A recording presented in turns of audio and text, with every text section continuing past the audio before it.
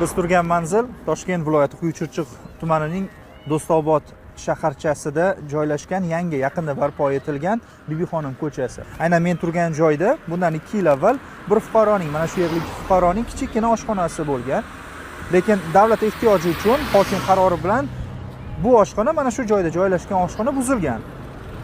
Endi masalaning eng e'tiborli tomoni, ana shu 2 yil oldin buzilgan mulk uchun kompensatsiya to'lov masalasi fuqaroni ancha sargardon qildi. Salkam 40 yillik oshpaz O'razali Mutalipov o'zining aytishicha 2003-yildan to 2019-yilgacha, aniqrog'i oshxonasining binosi buzilguniga qadar bu joyda o'z qo'llari bilan taom tayyorlab sotar, yuzlab xo'randalar ham ushbu oshxonaga allaqachon o'rganib qolgan ekan. Ammo Quyuchirchiq tuman hokimining 2019-yil 1-iyundagi qarori bilan mazkur hudud zamonaviy qiyofaga kirishi va qayta qurish, obodonlashtirish ishlari olib borilishi sabab O'razali tog'a o'z oshxonasining snosga tushganini to'g'ri anglagan holda vaziyatga hech qanday e'tiroz bildirmagan. Boz ustiga oshxonaning buzilgan bino inshooti uchun kompensatsiya sifatida hokimiyat tomonidan 252 million so'mdan ortiq mablag' ajratilishi kerak edi. Oradan yillar o'tibdiki, buzilgan mol-mulk qiymati qoplanmagan, xullas puldan darak yo'q.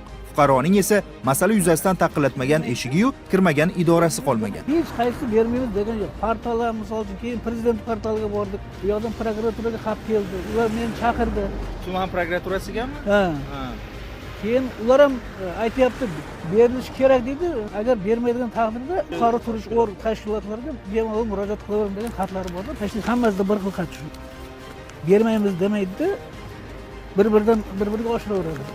Shu qancha vaqt davom etdi shu? 2 yil davom etdi. Amaliy natijaning tagi ko'rinmaganidan fuqaro o'zi yollagan advokati maslahati bilan Toshkent viloyati adliya boshqarmasiga masala yuzasidan murojaat qiladi.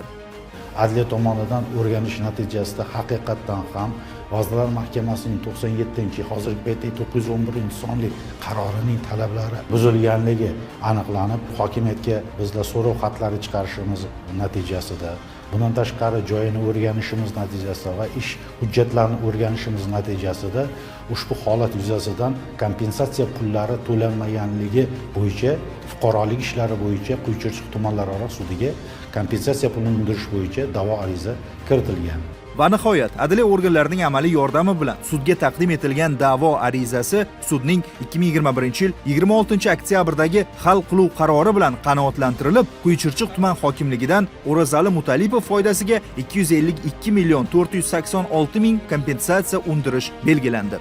Ishingiz masalangiz bo'yicha adliya boshqarmasi ham qarab turmabdi-da. Rahmat shularga. Shular bo'lmasa bu ish bo'lmasdi. Endi siz ham mo'ljal qilib qo'ygandirsiz, reja qilib qo'ygandirsiz, kompensatsiya pulini olsangiz, nimaga bir ishlatmoqchi, ya'ni tadbirkorlikni yo'lga qo'ymoqchimisiz o'zingiz? Albatta, men ana joyimga joy berdi menga. Bu adliya bo'lim bor-ku, shuni bu tomondan 20 metrga 8 metr joy berdi. Men bu joyim 4 sotikdan oshiq joy edi. Hovlisimdan-da endi. Mayli, baholi qudrat ozgina bo'lsa ham ertaga kelajakda bolalarga imorat qilamiz pul olsak. Shu maqsadda joyni berib qo'ydik, hozirgina qoqib, chizib qo'ydik. Eng muhimi, bir murojaatga adolatli yechim topilib, fuqaroning qonuniy manfaati ta'minlandi. Bu esa qonun ustuvorligi, inson manfaatining amalda huquqiy kafolati degani.